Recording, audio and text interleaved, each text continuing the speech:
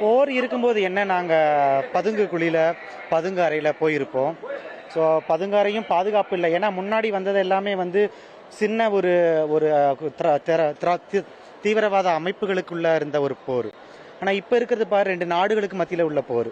So அந்த போரில் வந்து மிகப்பெரிய போர். ஆக்சுவலாக ஈரானும் இஸ்ரேலுங்கிறது ரெண்டும் மிகப்பெரிய போராக இருந்துச்சு இந்த டைம். அதனால தான் இந்த டைமில் வந்து எங்களுக்கு மிகப்பெரிய சிரமமாக இருந்தது. நாங்கள் அங்கேருந்து அப்புறம் போன வியாழக்கிழமை வந்து நாங்கள் இந்திய அயலகத்துறையை, இஸ்ரேலில் இருக்கிற இந்திய அயலகத்துறையை நாங்கள் தொடர்பு கொண்ட போது எங்களுக்கு வந்து உடனடியாக எங்களுக்கு உதவி செய்தாங்க.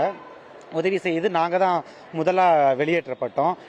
மற்ற யோர்தான் மற்றும் எகிப்து அந்த நாடுகளோட எல்லைகளிலிருந்து கடந்து வர்றதுக்கு இந்திய கவர்மெண்ட் எங்களுக்கு ரொம்ப மத்திய அரசு ரொம்ப உதவி செஞ்சாங்க. ஸோ கவர்மெண்ட்க்கு ரொம்ப தேங்க்ஸ். பட்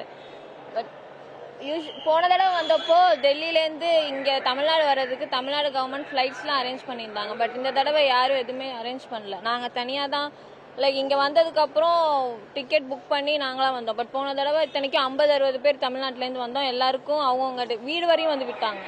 இந்த தடவை ஒருத்தம் தமிழ்நாடு கவர்மெண்ட் வந்தாங்க, வரலன்னு சொல்லலை. ஏர்போர்ட்டுக்கு வந்து ட்ரெயின் டிக்கெட் வேணும்னா நாங்கள் புக் பண்ணி தரோன்றாங்க.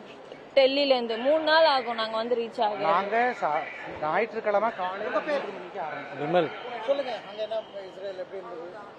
எங்கள் நண்பர்கள் சொன்ன மாதிரியே தான் நாங்கள் எல்லாருமே கொஞ்சம் ரொம்ப பயத்தில் தான் இருந்தோம். ஏன்னா நாங்கள் தங்கிற இடத்துக்கு ரொம்ப பக்கத்துலேயே தான் குண்டுகள் விழுந்துருந்துச்சு.